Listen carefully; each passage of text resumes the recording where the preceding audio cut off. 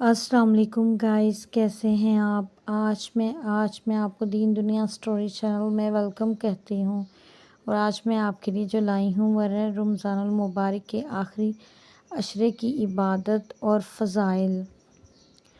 رمضان المبارک کے آخری عشرے کی عبادت کی بہت زیادہ فضیلت ہے، خصوصاً طاق راتوں میں کی جانے والی عبادت کا اجر کئی گنا بڑھا دیا جاتا ہے۔ آخری عشرہ جہنم سے نجات اور اللہ کی قربت کا بہترین موقع ہے۔ نبی کریم صلی اللہ علیہ وآلہ وسلم آخری عشرے میں عبادات میں مزید اضافہ فرماتے تھے اور شب بیداری کا خاص اہتمام کرتے تھے۔ آخری عشرے کی عبادت، اعتکاف۔ نبی کریم صلی اللہ علیہ وآلہ وسلم رمضان کے آخری عشرے میں اعتکاف فرماتے تھے۔ اعتکاف کا مقصد دنیاوی مشغل سے کٹ کر مکمل طور پر اللہ کی عبادت میں مشغول ہونا۔ مسجد میں بیٹھ کر نماز تلاوت قرآن، ذکر و اذکار اور دعا میں وقت گزارنا افضل ہے۔ نماز تہجد۔ آخری عشرے میں تہجد کا خاص اہتمام کرنا چاہیے، کیونکہ یہ راتوں کا سب سے افضل عمل ہے۔ حدیث میں آتا ہے کہ اللہ تعالیٰ رات کے آخری پہر آسمان دنیا پر نزول فرماتے ہیں اور پکارتے ہیں، کون ہے جو مجھ سے دعا کرے، میں اس کی دعا قبول کروں؟ کون ہے جو مجھ سے مغفرت طلب کرے، میں اسے بخش دوں؟ بخاری و مسلم۔ تلاوت قرآن۔ رمضان نزول قرآن کا مہینہ ہے، اسی لیے آخری عشرے میں قرآن کی زیادہ سے زیادہ تلاوت کرنی چاہیے۔ سورہ قدر، سورہ یاسین، سورۃ الملک، سورۃ رحمان کی تلاوت بہت فضیلت رکھتی ہے۔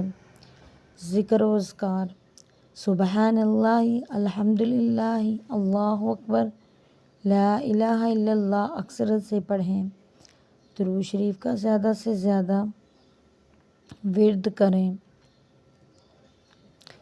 استغفار کریں اور گناہوں کی معافی مانگیں۔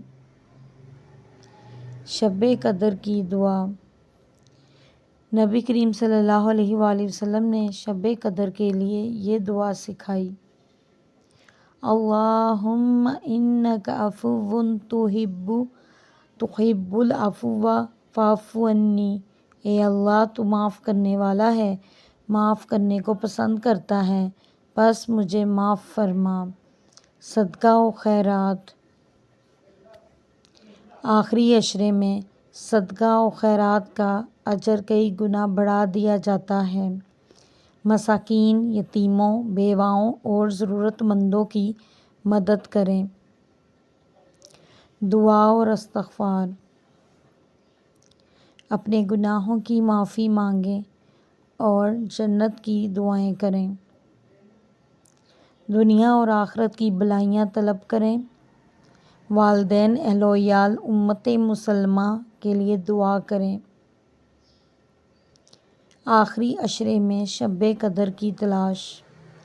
شب قدر رمضان کے آخری عشرے کی طاق راتوں 21، 23، 25، 27، 29 میں سے کسی ایک میں آتی ہے۔